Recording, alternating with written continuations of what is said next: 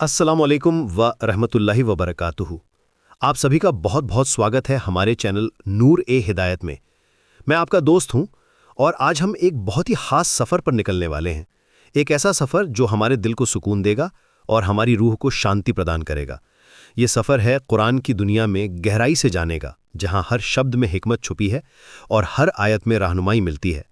आज हम बात करने जा रहे हैं कुरान शरीफ की सबसे पहली और सबसे ताकतवर सूरह के बारे में, सूरह अल-फातिहा। ये सिर्फ एक सूरह नहीं है, बल्कि ये तो पूरे कुरान का सार है। इसे उम्मुल कुरान भी कहते हैं, यानी कुरान की माँ। जब भी हम नमाज पढ़ते हैं तो हर रकात में हम इसी सूरह को पढ़ते हैं। ये हमारी डेली रूटीन का हिस्सा है, लेकिन कितने लोग इसके गहरे मतलब को समझते हैं? आज हम इसी को समझने की कोशिश करेंगे। सूरह अल-फातिहा में सिर्फ 7 आयतें हैं, लेकिन इन 7 आयतों में पूरी दुनिया का ज्ञान छुपा हुआ है। ये हमें सिखाती है कि अल्लाह की हम्द कैसे करें, उससे दुआ कैसे मांगें और सीधे रास्ते की हिदायत कैसे मांगें। ये सूरह हमारे लिए एक कंप्लीट गाइड है जो हमें ज़िंदगी जीने का सही तरीका बताती है। इसे फातिहतुल किताब भी कहते हैं, यानी किताब का शुरुआती हिस्सा। ये वो चाबी है जो पूरे कुरान के ख़जाने को खोलती है। अब आइए सुनते हैं सूरह अल-फातिहा की पूरी तिलावत अरबी में। बिस्मिल्लाहिर्रहमानिर्रहीम।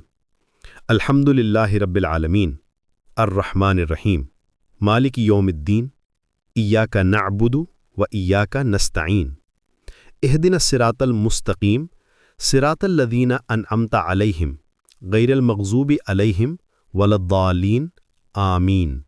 अब आइए समझते हैं इस खूबसूरत सूरह का उर्दू में मतलब। अल्लाह के नाम से शुरू करता हूँ जो बहुत मेहरबान और रहम वाला है। तमाम तारीफ़ें अल्लाह के लिए हैं जो तमाम जहानों का रब है, बहुत मेहरबान, बहुत रहम वाला, क़यामत के दिन का मालिक। हम सिर्फ तेरी ही इबादत करते हैं और सिर्फ तुझी से मदद मांगते हैं। हमें सीधा रास्ता दिखा, उन लोगों का रास्ता जिन पर तूने अपना फजल किया है, उन लोगों का नहीं जिन पर तेरा गज़ब हुआ है, और ना ही उन लोगों का जो गुमराह हैं। आमीन। देखिए कितनी गहरी बात है इस सूरे में। पहले हम अल्लाह का नाम लेते हैं, फिर उसकी तारीफ करते हैं। उसे रब्बुल आलमीन कहते हैं, यानी तमाम जहानों का पालनहार। यहाँ जहान का मतलब सिर्फ हमारी दुनिया नहीं है, बल्कि सभी वर्ल्ड्स हैं, इंसानों की दुनिया, फरिश्तों की दुनिया, जिनों की दुनिया। अल्लाह सबका रब है। फिर हम मानते हैं कि वो बहुत रहम वाला है और क़यामत के दिन का मालिक है। इसके बाद हम एक बहुत इंपॉर्टेंट बात कहते हैं, इय्याका नअबुदु व इय्याका नस्तईन, यानी हम सिर्फ तेरी ही इबादत करते हैं और सिर्फ तुझी से मदद मांगते हैं। ये हमारे ईमान का सबसे बड़ा हिस्सा है।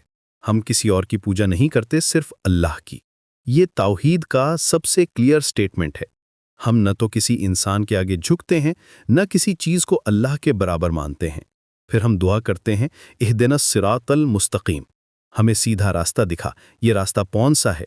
वो रास्ता जिस पर अल्लाह के नेक बंदे चले हैं, अंबिया, सहाबा, औलिया और सभी नेक लोगों का रास्ता।